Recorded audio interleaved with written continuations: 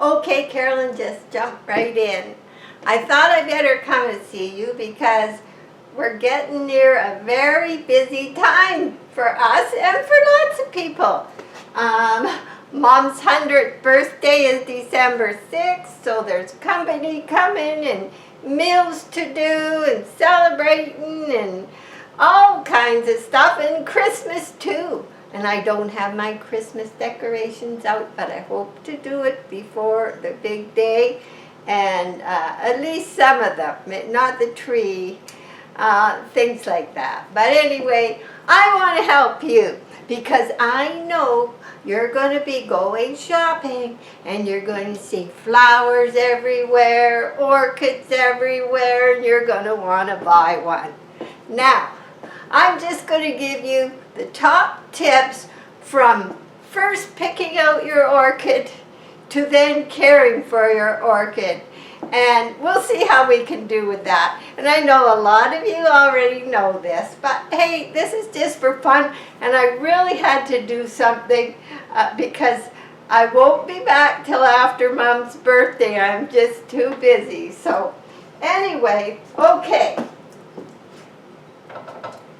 Let's have a look. Yesterday was watering day, and I want to show you. Yesterday was watering day, and these look dry. Do I panic? No, no, no, no, no. The furnace is on. It's 0 degrees outside. It's cloudy. There could be snow. We don't know. But this is a little orchid that I bought early this year. I bought it early, and I just want to show you, I bought it because of the leaves. So you might pick a plant because the leaves are nicely. Actually, Donna, who lives out in Blind Bay, she phoned and she messaged me, and she said, Carolyn, they got nice orchids down at the Savon. So I went down. How did I pick this one? Well, it had nice firm leaves. Don't get an orchid that is already droopy, because if it's already droopy, it's going to be very difficult, and you don't want to go through that. Get one. Now, if it's like 25 cents or something, or $5 if it's not too bad, then go ahead. But, you know, you want to look for firm, nice firm leaves, and this one was flowering when I got it, and now it has a little spike coming.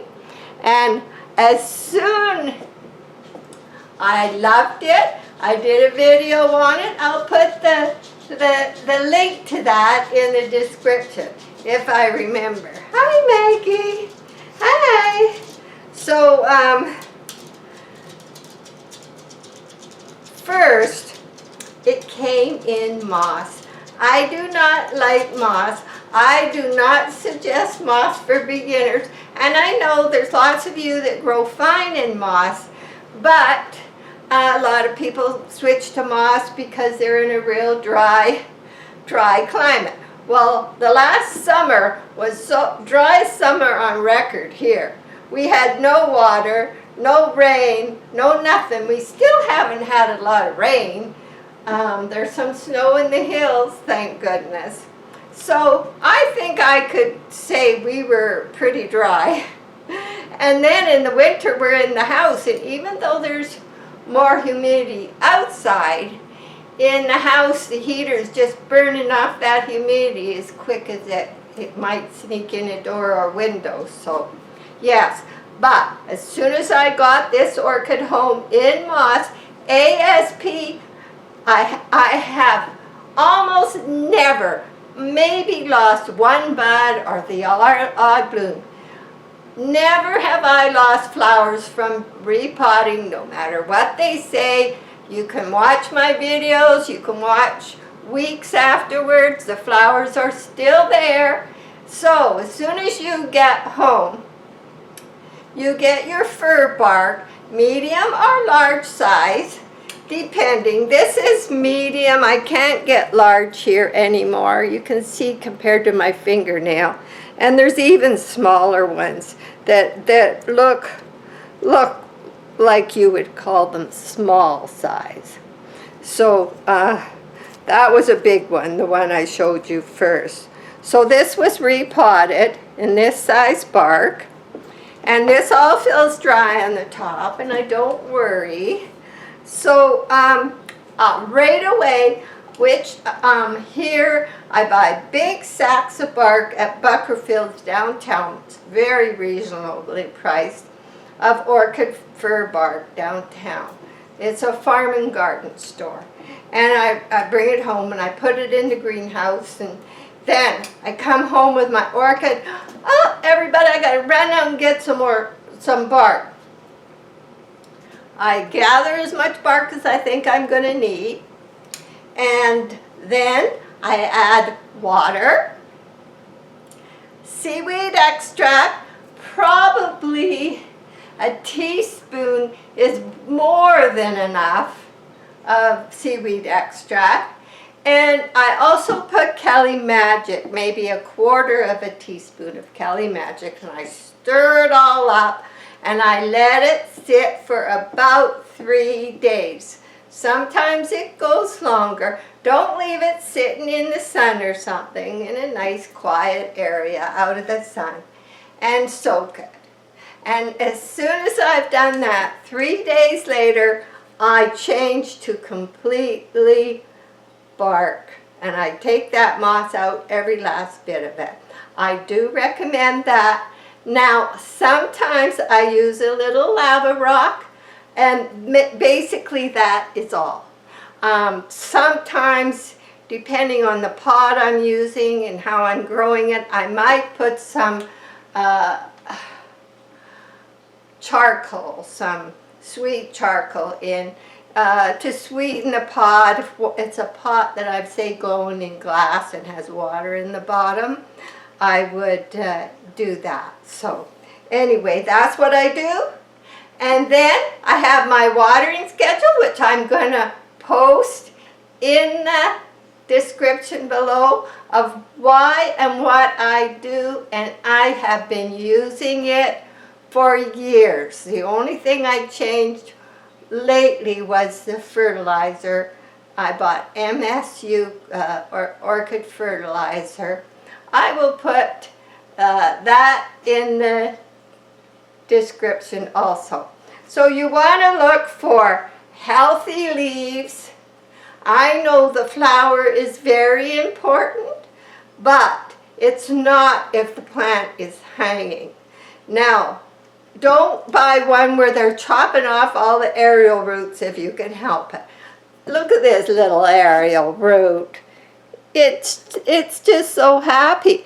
Look, it's dry on the surface, and they're happy. And look at this. That's all fine. Look, they're just happy. And I like the roots to grow good and strong. So that's what you want. You want a real healthy plant, and I suggest you know where you buy your orchids most.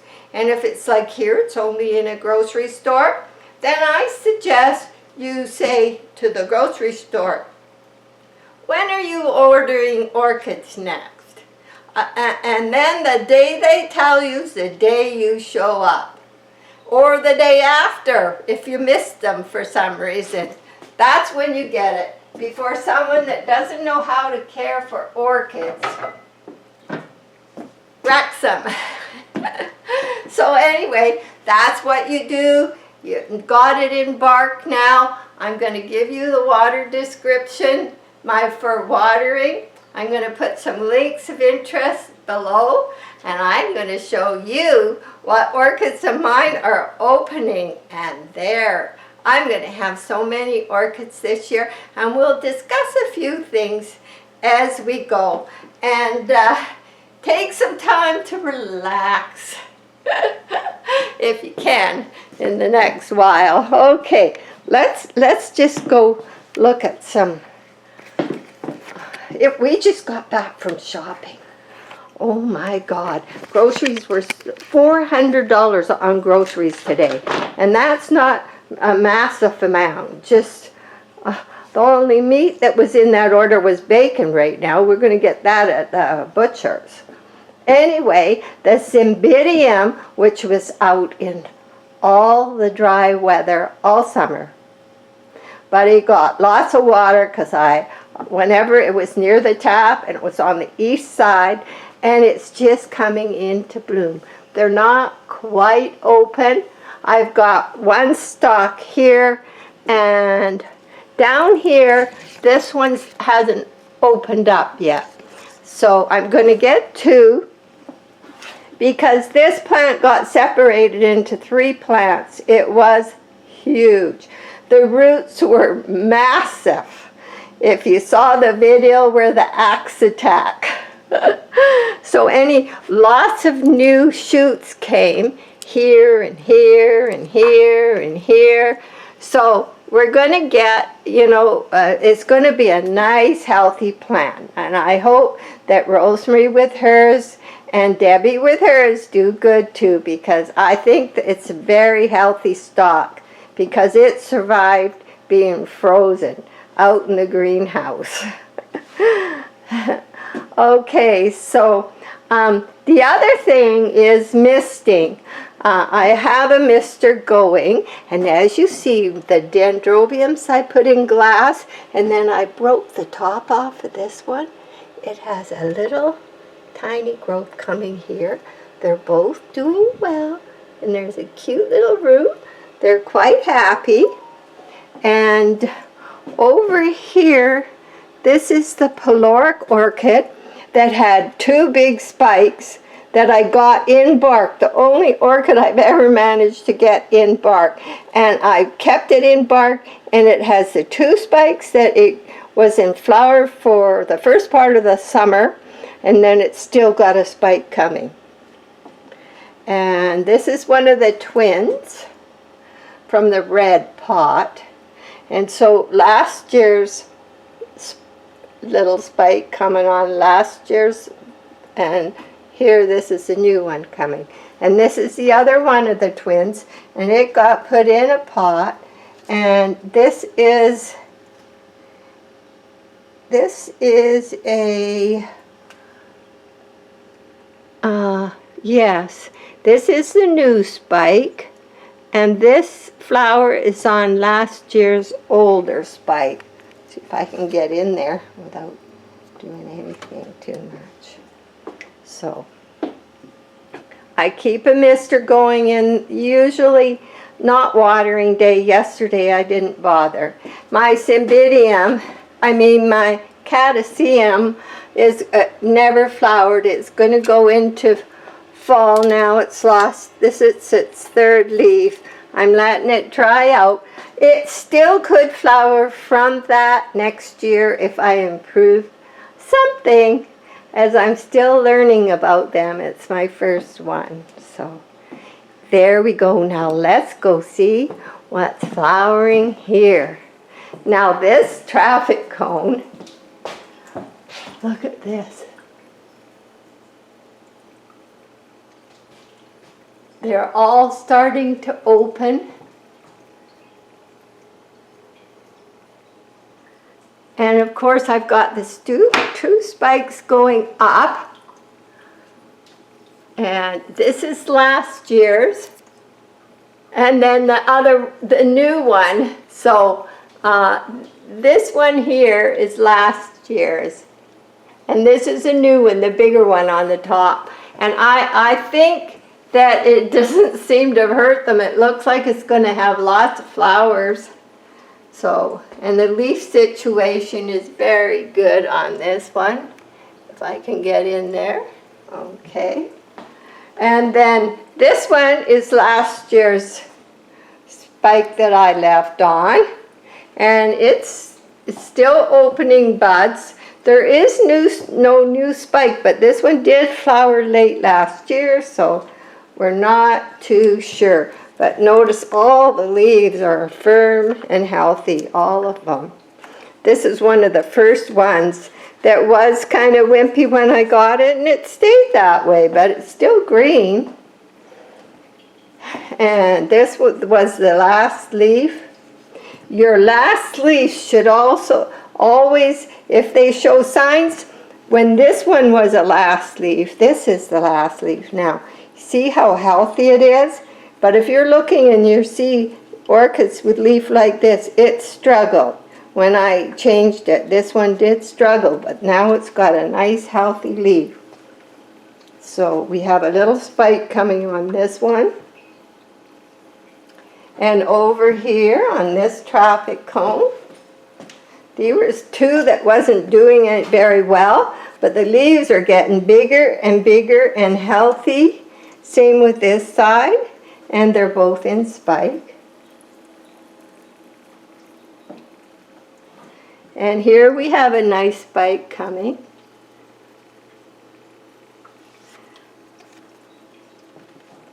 Now here, there's no new spike. This is last year's, and there's a tiny little growth there.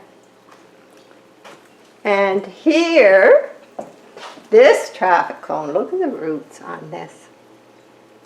Just have to show you. They stay there. And all the leaves, they're firm, has lots. So here we go, we have some opening. So this is early for me. Oops, where do we go? Yeah, this is early for me. I think it was so hot, and then even when the nights were just cooling 10, 15 degrees, even though it was hot, after a few weeks of that, they just decided they were going to. So this one that's flowering is the old spike. It's coming off here. And this is the new spike going up here. So we're going to have lots of flowers. So I have two misters.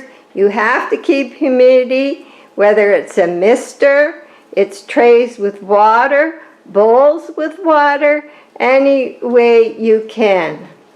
I have two bowls because there's a lot of big orchids here, plus this. I do like these. They're less work, less cleaning than say the bowls, but the bowls are pretty and they do work good. So that's what's happening in that window. And over here we have a nice spike there. This one flowered. This was a shin purple. We just had flowers for quite a while. Ting Shin Blue Jay, yes. So she's lost hers. She used up her spike and I trimmed it off.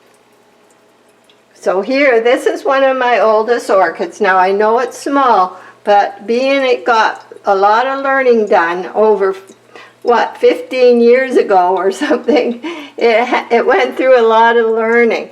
But it came back and I'm saving it, and it's got last year's spike flowering, and it's got another one coming. It's a beautiful purple orchid, and it's finally starting to come back. And this is my big leaf. It's in spike. Nothing flowering in here yet. We're hopeful. We're hopeful. And of course the bamboo. And over here, this is the tri-sewer pot. I call it the Monet pot, Jack painted. Has a beautiful spike because this top one, that's what you want for a nice small mini orchid. Nice happy leaves. Nice and firm and still coming big. And it's going to have lots of flowers. And there's another one coming here. This one didn't do as well, but it's going to flower, and same with the one on the other side. And we have spikes everywhere. Even in here, this is my first glass pot, and it has a real nice spike coming. So, and then here, this one I've had a long time, and it's in a terracotta old lamp. But I don't see anything coming on the old spike from last year, but has new ones coming. So maybe we should take another peek at the glass pots in the other room. I decided I'm going to have so many flowers. I bought one little, I seen this today when we were shopping, and it was so cute. So we bought this, and I'm going to set the Christmas train set around it when I get around to it. My list of to-dos is huge. Yes, now, all the ones in the glass are doing good. I see no problems. You know, this one, of course, was getting water twice a day and got a lot more water, and it did start to turn white. But I'm not worried about it because they get all their roots chopped off anyway. I'm just going to let it dry out. But I'm still happy with the...